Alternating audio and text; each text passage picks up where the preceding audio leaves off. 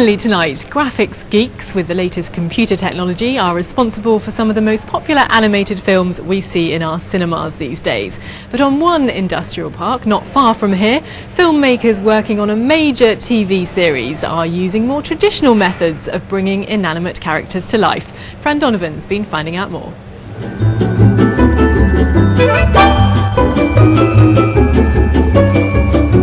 Okay, so maybe I've got a way to go. Don't you just love animation?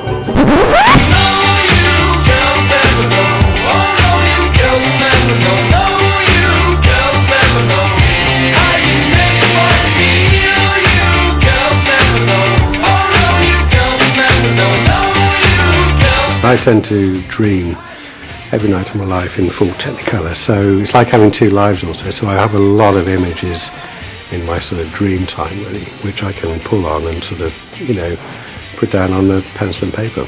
You're effectively giving life to an inanimate object, so it starts as a totally static puppet or object, prop, whatever it might be, and effectively you're breathing life into it. They're working round the clock at the Calon Animation Studios in Cardiff. They've got an October deadline for a brand new kids programme, Igam Ogam, being produced for 5 and S4C. Plenty of time, you might think, but listen to this for a taster of just what's involved.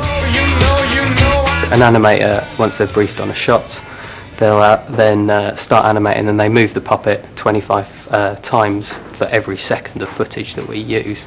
So in an average day, you know, an animator's moving that puppet around for 10 seconds of footage. You know, they're constantly moving that puppet around frame by frame, increment by increment, and they're very exact about it.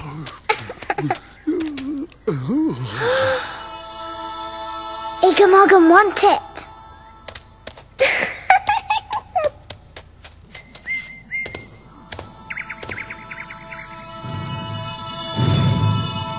Big Daddy was coming to see if Igam Ogam had washed her face.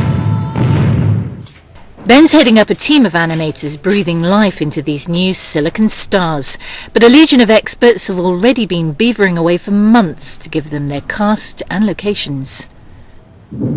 I developed a whole colour palette based on, I think, having small children myself. I relate to what they like, watch things that they pick, and so I've tried to incorporate some of that into the design element. It is different if you're designing for an older age group, but equally I wanted this to have a fresh, sort of unique look that isn't out there. TV companies approve the script, then a storyboard is done, sort of a traditional hand-drawn draftsman draws out the board.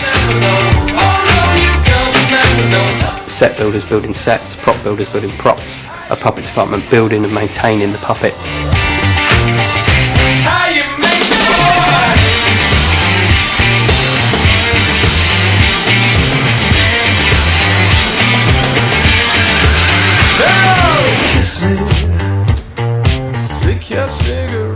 And we just go through it one shot at a time, frame by frame, with individual animators, and so each shot is then approached on a purely separate level, with an individual animator taking responsibility for a short scene of every episode, and within that it's broken down into the individual shots, and they basically step through it with me as a director, so I'll explain what I want to happen in that shot, and then within that then they've got free rein to kind of add their own humour and little jokes and sort of characteristics of the puppets to give that little extra bit of life into the characters.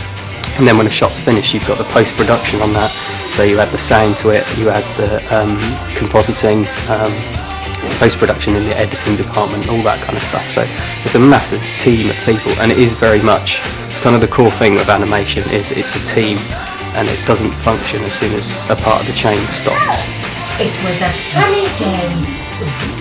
Ooh, what's that, Igam Ogam? Recognise the dulcet tones of the narrator? Ruth Jones and Johan Griffith have put their voices to Igam Ogam, in Johan's case on a studio line from LA. Just 2 more names on a stellar cast that's turned Wales into a centre of animation excellence. I started in 1982 as the wages clerk on Super Ted, paying all the animators' wages, and which I thoroughly enjoyed. And we've grown enormously since then. Cardiff was in 1982 a small cottage industry, but now we're really attracting the big guys with the big names, and we're selling all over the world.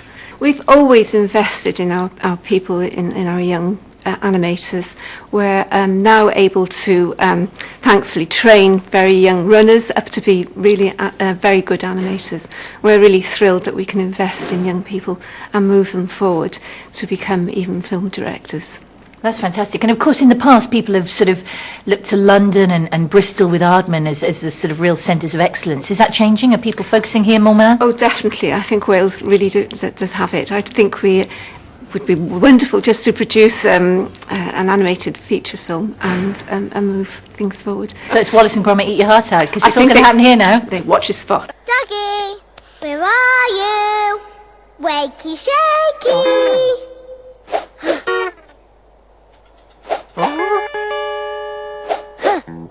Igam Ogam and Doggy played their usual game of hide and seek.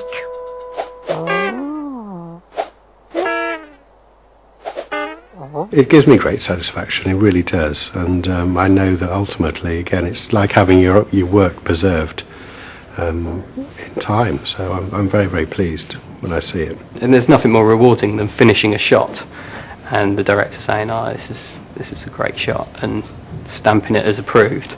And you've basically created something from nothing. You know, you've given that puppet a breathing, living voice or dance move or action that at the start of the day didn't exist. So it's quite rewarding in that sense, I think, as an animator. But yeah, they spend a lot of time on their own in the dark. Or going to the pub with the puppet. Well, maybe.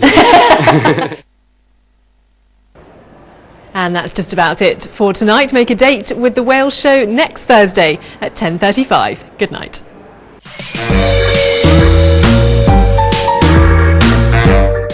A cookery contest goes a little awry tomorrow night in Pushing Daisies here at 10:35.